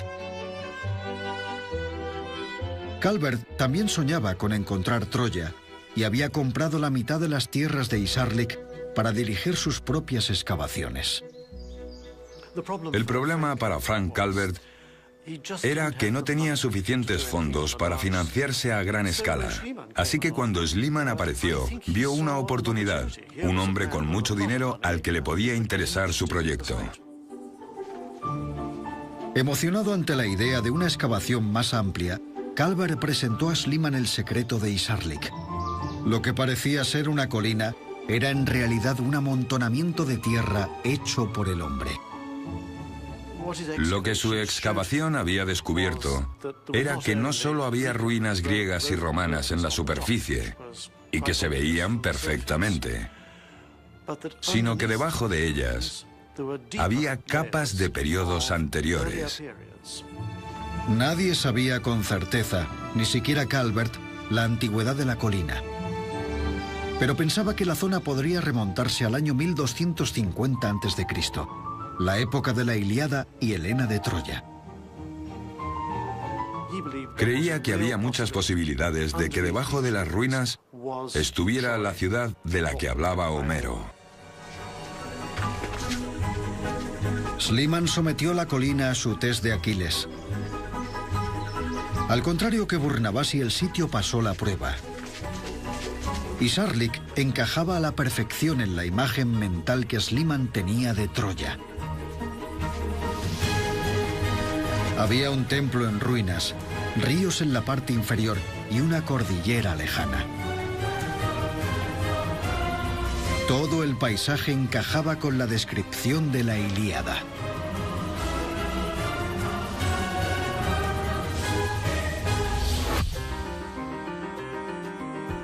Schliemann estaba listo para excavar en busca de Troya y quería empezar cuanto antes. Pero Calvert le dijo que necesitaría el permiso del gobierno turco. Calvert era un hombre cauto, todo lo contrario que Schliemann. Schliemann no había amasado su fortuna siendo cauteloso. Ignoró a Calvert y contrató empleados para comenzar con la excavación de todas formas. La autorización podía esperar. Era un hombre influyente. No la misión de descifrar las pistas de la Ilíada con la misma dedicación con la que había creado su fortuna en los negocios. Tenía una energía extraordinaria. Era un hombre de grandes convicciones y concentración. Cuando se le metía algo en la cabeza, procedía con disciplina militar. Podía defenderse en 22 idiomas. De forma autodidacta, Schliemann aprendió griego antiguo en unos pocos meses. Solo hablaba en ese idioma y llenaba libretas enteras con traducciones hasta que fue capaz de leer a Homero en su idioma original. El hombre de negocios se transformó a sí mismo en un singular arqueólogo. Se volcó en dominar literatura e historia antigua. Y era muy capaz, era muy inteligente. A finales de 1868, con la obra de Homero en el bolsillo, Schliemann zarpó en busca de Troya. Solo tenía una idea en mente: encontrar el tesoro. Su destino era la Tróade, una llanura en la costa noroeste de Turquía. Aunque Schliemann no era el primero en buscar Troya en ese lugar, estaba seguro de que con la ayuda de Homero podría triunfar donde otros habían fracasado. Desde el siglo XIX siempre se había buscado Troya en la zona noroeste de lo que ahora es Turquía, pero es una zona muy amplia. Buscar en Tróade no iba a ser tarea fácil. La zona ocupaba unos 160 kilómetros cuadrados. Y la Troya de Homero era 1000 años anterior a la antigua Roma. Tendría que estar enterrada o detrás de construcciones hechas a posteriori. La prehistoria no estaba en lugares determinados. Estaba enterrada bajo capas y capas de distintos pueblos. Schliemann esperaba que la respuesta se hallara en un pueblo llamado Burnavasi. Estaba rodeado de restos arqueológicos y parecía el lugar ideal para la Troya descrita por Homero. Burnavasi tenía ciertos elementos que encajaban a la perfección, incluso restos de fortificaciones y murallas. Estaba bien posicionada. Había restos en lo alto, montículos funerarios y ríos en la parte inferior. Todo encajaba a la perfección con la descripción que Homero hacía de Troya. Los arqueólogos ya habían excavado en la zona buscando Troya, pero no habían encontrado nada. Schliemann no se iba a rendir.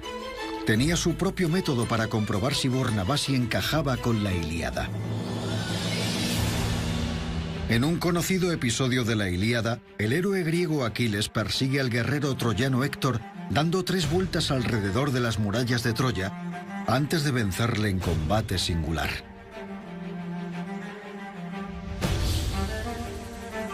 La idea de Schliemann era simple: tomar la palabra de Homero al pie de la letra y recrear la famosa escena. Si conseguía correr alrededor de la colina 3 veces, entonces Burnavasi podría ser Troya. Pero enseguida se dio cuenta del problema. Nadie podría aguantar físicamente el recorrido que Homero había descrito en aquel lugar, ni siquiera el semidios Aquiles. Acabó el recorrido arrastrándose. El problema es que estaba en una colina muy empinada. Y si alguien se toma la Ilíada literalmente, como hacía Schliemann, enseguida se hacía obvio que no era posible hacerlo. Schliemann lo vio claro. Homero no podía equivocarse, así que Burnavasi no era Troya. Concluyó que aquello no era Troya. Debía encontrarse en otra parte. Schliemann necesitaba proceder de otra manera, y su fe en Homero y la Ilíada estaba a punto de recompensarle.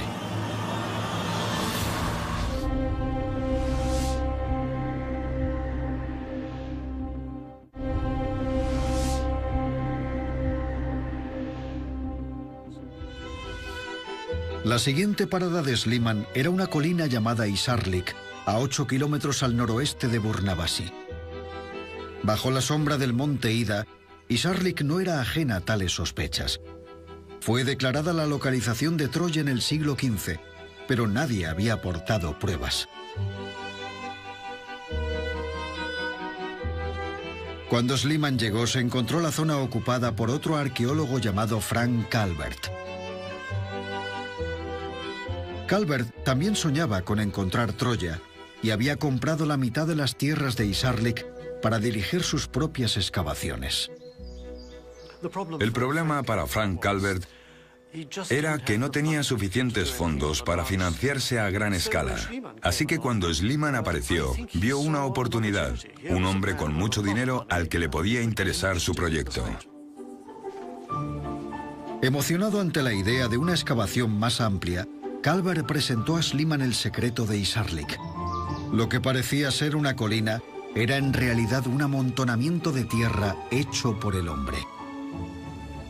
Lo que su excavación había descubierto era que no solo había ruinas griegas y romanas en la superficie, y que se veían perfectamente, sino que debajo de ellas había capas de periodos anteriores. Nadie sabía con certeza, ni siquiera Calvert, la antigüedad de la colina. Pero pensaba que la zona podría remontarse al año 1250 a.C., la época de la Ilíada y Helena de Troya. Creía que había muchas posibilidades de que debajo de las ruinas estuviera la ciudad de la que hablaba Homero. Schliemann sometió la colina a su test de Aquiles. Al contrario que Burnavasi, el sitio pasó la prueba. Isarlik encajaba a la perfección en la imagen mental que Schliemann tenía de Troya. Había un templo en ruinas, ríos en la parte inferior y una cordillera lejana. Todo el paisaje encajaba con la descripción de la Ilíada. Sus empleados desenterraron un friso de mármol.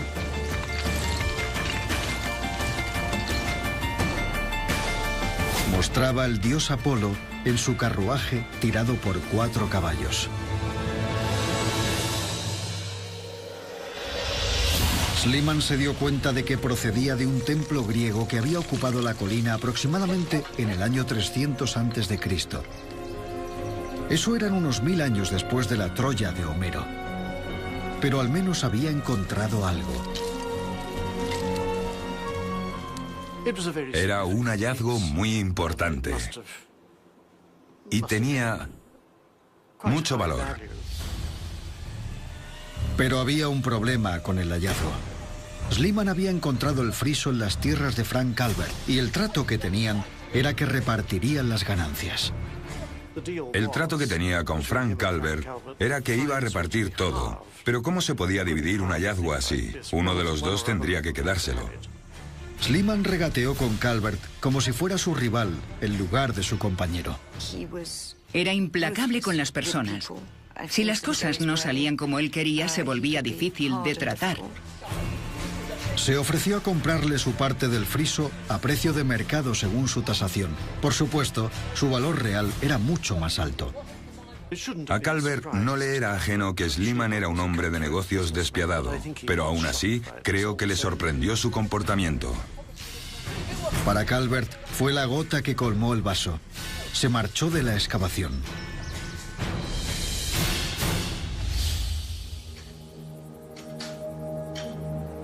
Para muchos, perder a su mentor arqueólogo habría sido un inconveniente, pero no desanimó a Schliemann. Aunque le faltaba experiencia, continuó usando los conocimientos que Calvert le había enseñado. Con el tiempo fue mejorando.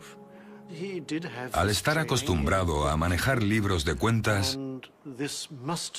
no tuvo problemas en llevar un registro exhaustivo. Schliemann comenzó a notar la localización exacta de cada hallazgo y las variaciones en la tierra que tenía cada capa. Contrató fotógrafos para registrar cada detalle. Schliemann introdujo la fotografía. Había fotos muy bonitas que creo que compensaron lo que había hecho en el yacimiento hasta entonces. Iba recreando toda la colina con fotografías detalladas. Y para la tercera temporada de excavaciones, en 1873, sus esfuerzos fueron recompensados. Desenterró restos de lo que parecía ser una ciudad prehistórica. Había un camino pavimentado, una torre inmensa y una puerta imponente. Para Schliemann era tal y como Homero había descrito Troya. Estaba seguro de que había hallado la puerta de entrada del palacio del gran rey Príamo. Había una puerta y detrás de ella un edificio que él pensó que podría ser el palacio de Príamo. Así que estaba seguro de que todo aquello encajaba con Homero. Al final de la temporada, Schliemann había descubierto otro hallazgo vital. Se dio cuenta de algo muy importante, que los restos que estaba estudiando habían sido incendiados. Aquellos restos de carbón y cenizas estaban en la capa que Schliemann llamaba Troya II, justo en el fondo de la colina. Parecía que había encontrado la prueba que había estado buscando. Para él aquello eran evidencias de la infame destrucción de Troya con fuego cuando los griegos asediaron la ciudad. Estaba convencido de que esa era la capa de la Troya de Homero y proclamó su descubrimiento al mundo. Pero cuando las noticias llegaron a su Berlín natal, Schliemann se sorprendió al encontrarse con la mofa pública. Le atacaban con mucha fuerza y dureza. Era sorprendente. Su forma de publicitarse le brindó el desprecio del mundo académico. En la prensa le retrataban como a un buscador de oro con una esposa florero. Se burlaron sin piedad de sus métodos. Y aún peor, sus hallazgos sobre el palacio de Príamo y la Troya de Homero fueron descartados. Sus métodos carecían de precisión y su hallazgo estaba sin datar. Schliemann les llamó calumniadores y mentirosos. Pero en privado incluso él albergaba dudas. Para Schliemann había dos problemas principales sobre el yacimiento de Troya II.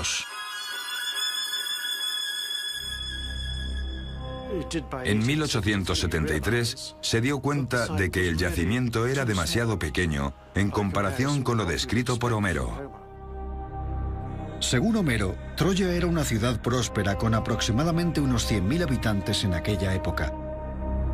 Pero el yacimiento que Schliemann había encontrado solo ocupaba el equivalente a un campo de fútbol.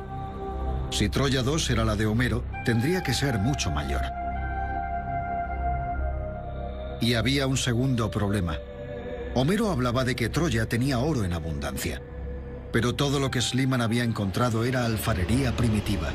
Con solo 2 semanas por delante para acabar la temporada de excavaciones, Schliemann sabía que tenía que hacer algo para salvar su reputación. Tenía que encontrar pruebas irrefutables de la Troya de Homero. Nadie daba crédito a su trabajo. Y él era incapaz de tolerar cualquier tipo de crítica. Entonces, justo antes de que acabase la temporada, ocurrió algo. Schliemann contó que en mitad de las excavaciones, de pronto dio con algo escondido en el muro de Troya II. Se inventó una excusa para enviar a los trabajadores a un descanso, dejándole a él y a su esposa Sofía solos en el yacimiento.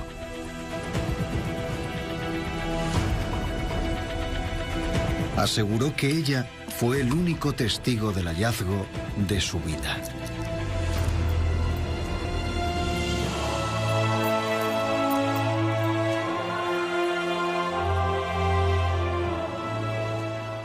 Ahí estaba, un alijo impresionante de brillante oro. Era todo lo que jamás había soñado.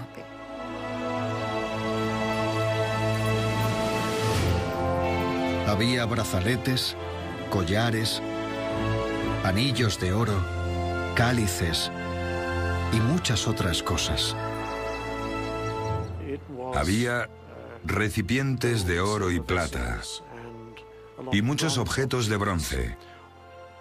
Al parecer, todo guardado junto. Había oro y tenía mucho valor. Seguro que en ese momento estaría pensando, lo hice, por fin lo he conseguido. Para Schliemann, el oro solo había podido llegar hasta allí de una manera. Era el tesoro de Príamo, abandonado en el muro mientras los troyanos huían de la ciudad en llamas. Tenía la prueba de que no se había equivocado, para callar a la gente que no le creía. Schliemann llamó a su descubrimiento las joyas de Helena. Como gesto triunfal, Schliemann contó que Sofía llevó parte del tesoro a casa envuelto en su manto rojo. Era obvio que todo aquello le producía muchísima emoción. De nuevo, Schliemann proclamó su descubrimiento al mundo, pero esta vez eligió una forma peculiar para hacerlo. Llamó a un fotógrafo y crearon sin saberlo una de las fotografías más famosas en la arqueología. Hizo que Sofía se vistiera y se pusiera las joyas para hacerle una foto. La fotografía dio la vuelta al mundo.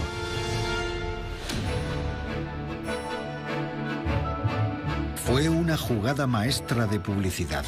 Schliemann se hizo famoso. Fue su momento de mayor gloria. Decirle a sus oponentes, mirad, no solo tengo las joyas, se las he puesto a mi mujer. Pero en Berlín, las críticas hacia Schliemann aumentaron. Para ellos, la fotografía era otra prueba más de que Schliemann era un buscador de tesoros y no un arqueólogo serio. La fotografía se hizo con la intención de poner furiosos a sus detractores. El mundillo académico aumentó sus ataques y la versión de Schliemann sobre el hallazgo les dio la munición perfecta. Le pillaron en dos incongruencias. Dijo que su mujer Sofía estaba allí y que le había ayudado a excavar. Era totalmente falso. Ella se había ido de viaje a Atenas. Por lo que parecía, Schliemann se había inventado un testigo para presenciar un hallazgo que nunca ocurrió. Schliemann respondió que simplemente quería que su mujer estuviese implicada en su vocación. A Sofía no le gustaba nada la arqueología y odiaba tener que estar en el yacimiento. Schliemann quería involucrarla y en consecuencia hizo un disparate. En segundo lugar, Schliemann no era claro sobre el lugar exacto del hallazgo en Troya 2. A veces decía que lo había encontrado fuera del muro de la ciudad en Troya 2. Otras que lo había encontrado dentro del muro. Y todo eso incrementaba la sospecha de que el tesoro, o parte de él, era falso. Las acusaciones apuntaban a que Schliemann había creado un tesoro falso contratando a un joyero. Aún hoy en día hay expertos que aseguran que sus hallazgos no son fiables. El descubrimiento del tesoro de Príamo había sido adornado, manipulado y era completamente falso. Pero a pesar de las acusaciones, el público quería creer a Schliemann. Y lo más importante, las joyas encontradas parecían corroborar su historia. Schliemann hizo que fotografiasen y dibujasen todas las piezas por distintos artistas para su publicación, y cuando los expertos estudiaron el tesoro encajaba a la perfección en el estilo con la historia de haber sido encontradas juntas. A pesar de todo, las joyas parecían ser las de Helena de Troya. Creo que el tesoro de Príamo era auténtico en su mayor parte, y que Schliemann lo encontró donde dijo, salvando algunos detalles. Quizás hubo algo de confusión con algún objeto. Pronto los críticos serían el menor de los problemas de Schliemann. El gobierno quería la mitad del botín y que el tesoro permaneciese en Turquía. Los turcos protestaron con razón. Decían que el tesoro les pertenecía. Pero para Schliemann, él lo había encontrado y no sería de nadie más. Schliemann creía realmente que todo lo que había encontrado le pertenecía. Rápidamente recogió el tesoro y lo escondió en Grecia, donde se cree que le pidió a la familia de Sofía que lo guardase a las afueras de Atenas. Para él encontrar el oro no era suficiente. Para Schliemann ya no solo se trataba de encontrar el tesoro, tenía que acallar las críticas y probar la autenticidad de todo. Quería ser un verdadero investigador. Quería ser aceptado como tal. En cierto modo, era patético ver lo desesperado que estaba por ser considerado un igual por los académicos. Schliemann necesitaba demostrar que había encontrado el tesoro de Príamo. Y podría hacerlo si probaba que databa del 1250 a.C., la época de la Ilíada. La pregunta era si realmente había encontrado Troya o no. Pero en los comienzos de la arqueología, datar los objetos no era fácil.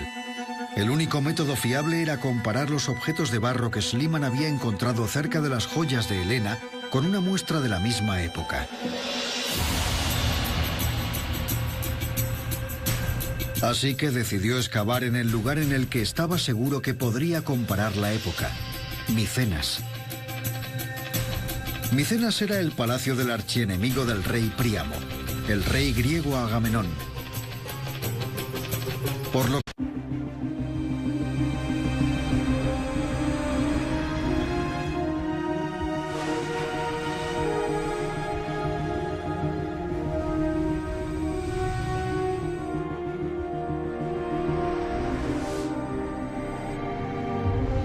mitos y leyendas. Las joyas de Helena de Troya. La Ilíada de Homero, el poema épico más grande jamás escrito. Una historia sobre los héroes legendarios y las batallas de la guerra de Troya cuando los griegos lucharon para recuperar a Helena de Troya. Se trata de un maravilloso elenco de personajes, un mito. Pero para un hombre las historias de la Ilíada eran algo más que un mito. Homero describía la realidad, y esa iba a ser su misión, demostrarlo. Para Heinrich Schliemann, el poema era un mapa del tesoro que podría conducir a riquezas incalculables. Las joyas entregadas a Helena de Troya por el rey Príamo. Era oro y tenía un valor incalculable. Schliemann vivió con esta obsesión durante 20 años. Tenía una gran confianza en sí mismo. Solo tenía una idea en la cabeza: encontrar el tesoro. Su propia historia se convertiría en épica. La historia de un hombre y su búsqueda de las joyas perdidas de Helena de Troya.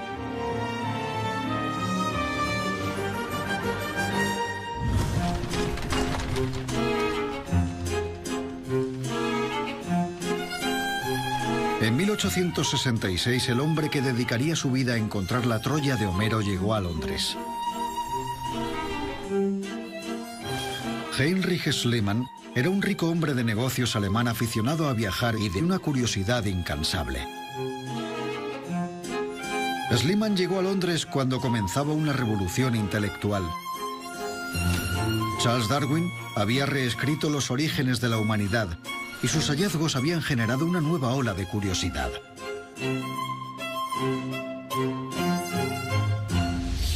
Es cierto que Schliemann llegó justo en el momento oportuno. Había mucho interés en la prehistoria y empezaba a extenderse por el mundillo de la arqueología. Hasta ese momento se pensaba que la civilización europea había comenzado con la Grecia antigua. Pero empezó a surgir una corriente que apuntaba a que los orígenes se podrían remontar a mucho antes, que el pasado de la humanidad estaba aún por descubrirse. En la época de Schliemann, la gente no sabía que existía más historia antes de la antigua Grecia. Para Schliemann, encontrar la primera gran civilización europea suponía un reto digno para un hombre rico que quería labrarse una reputación.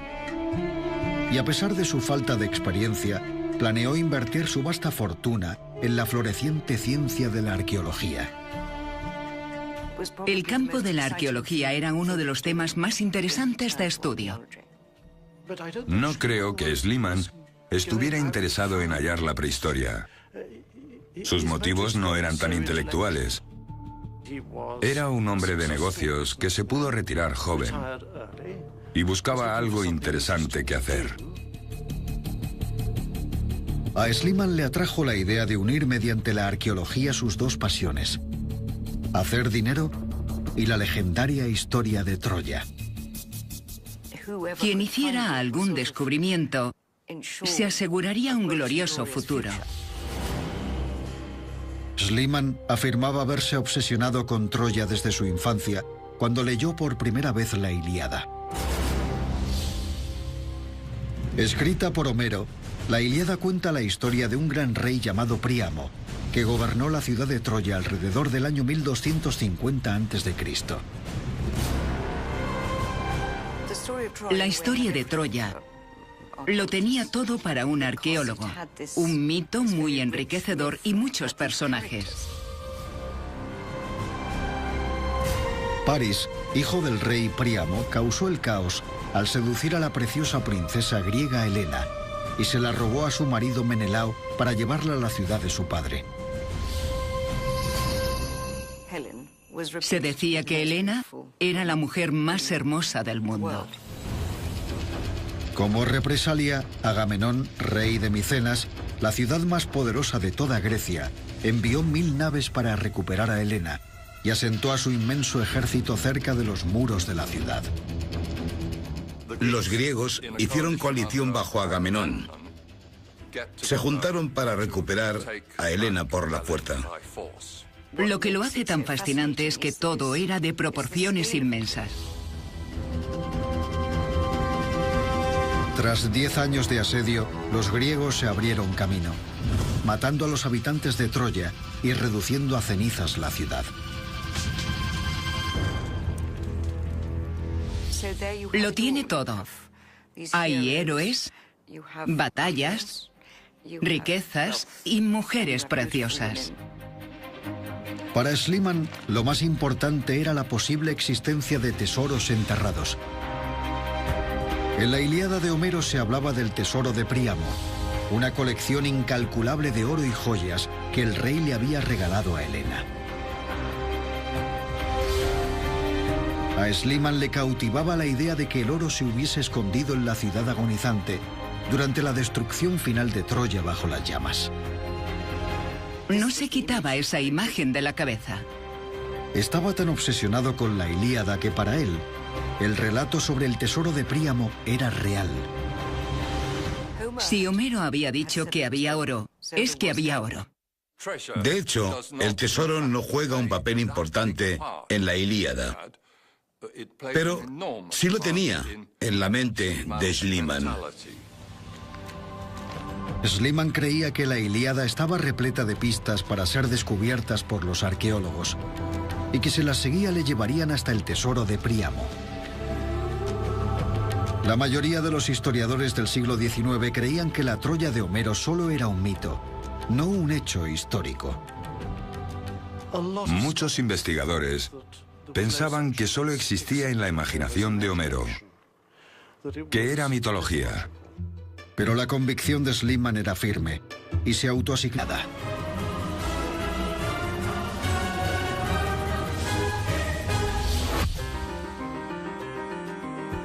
Schliemann estaba listo para excavar en busca de Troya y quería empezar cuanto antes. Pero Calvert le dijo que necesitaría el permiso del gobierno turco. Calvert era un hombre cauto, todo lo contrario que Schliemann. Schliemann no había amasado su fortuna siendo cauteloso. Ignoró a Calvert y contrató empleados para comenzar con la excavación de todas formas. La autorización podía esperar. Era un hombre influyente. Tenía mucho dinero, pero lo que no tenía era diplomacia, lo cual es importante si vas a excavar en un país extranjero. Los turcos se enfurecieron al descubrir que Sliman estaba acabando. Le exigieron que saliera de Hisarlik, pero Sliman no iba a rendirse. Estableció muchos contactos con los más poderosos e influyentes. Bombardeó a todos con cientos de cartas. Sliman envió a los turcos montones de disculpas y de amenazas. El estilo de las cartas de Sliman muestran una actitud de acoso hacia los débiles y muy sumisa y aduladora hacia los fuertes. Sabía de qué hilos debía tirar y sabía muy bien a quién podía sobornar. Todo eso le ayudó a persuadir a las autoridades turcas de que le dejasen hacer lo que quisiera.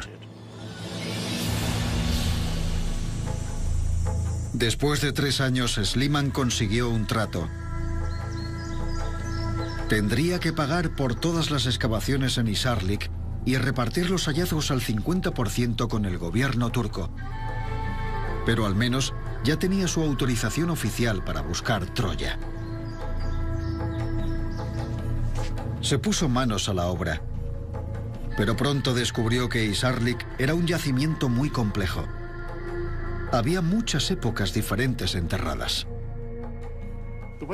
La colina se había ido formando a lo largo del tiempo, con una capa sobre otra, como si fuera un cuenco boca abajo. Durante siglos, los habitantes de Hisarlik habían ido añadiendo capas, edificando durante cientos de años.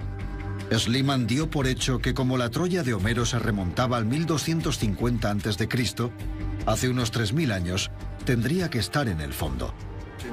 Para Sliman, el hecho de que Homero fuese de los comienzos de la literatura griega significaba que su Troya debía de encontrarse en la primera de la lista de las Troyas sucesivas. Sliman desarrolló un plan sencillo y brutal. Podría quitar de golpe gran cantidad de capas, arrasando con todo hasta llegar al centro de la colina. Aquello era una medida tremendamente drástica, incluso en la década de 1870. Sliman era así. Quería ir directo al grano, encontrar el tesoro, construir la imagen de Troya y ser el hombre que la descubriera. Frank Calver estaba horrorizado. Como arqueólogo profesional insistió a Sliman para que procediese con más cautela, separando con cuidado capas finas e ir cribando con cuidado los hallazgos. Por sus excavaciones, podemos conocer la forma de trabajar de Frank Calvert. A él le habría gustado que Sliman excavase despacio y con cuidado. Pero Sliman casi podía oler el tesoro de Príamo. Seguiría adelante con todas sus fuerzas. Sliman ignoró por completo los consejos de Calvert sobre el complejo yacimiento y la forma de trabajarlo.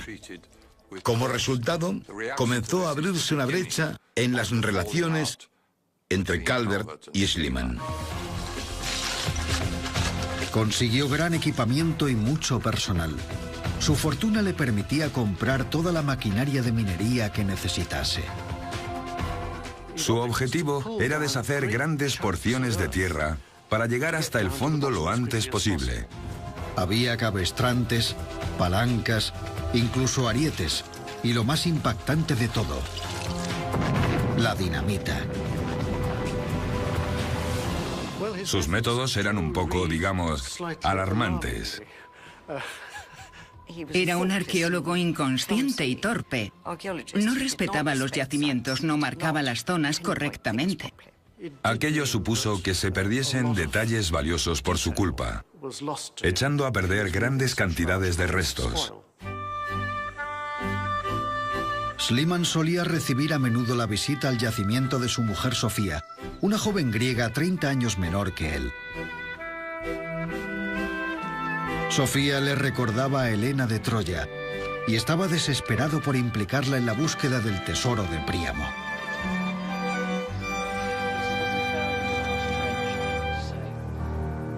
Pero hasta ese momento sus hallazgos eran decepcionantes. Seguía convencido de que en algún lugar de esa colina iba a encontrar el oro. En lugar de oro, Schliemann solo estaba encontrando piezas de barro y parecían muy primitivas. Nada que ver con el esplendor de la Troya de Homero que se había imaginado. A él no le emocionaba encontrar vasijas de barro, ya que no encajaban en su idea de Troya. Su sueño sobre Troya parecía desvanecerse. Era la búsqueda del tesoro sin el tesoro. La excavación de 1871 no dio resultados, pero Schliemann no iba a darse por vencido. Era cuestión de excavar aún más, llegar a capas más profundas y así encontraría el oro.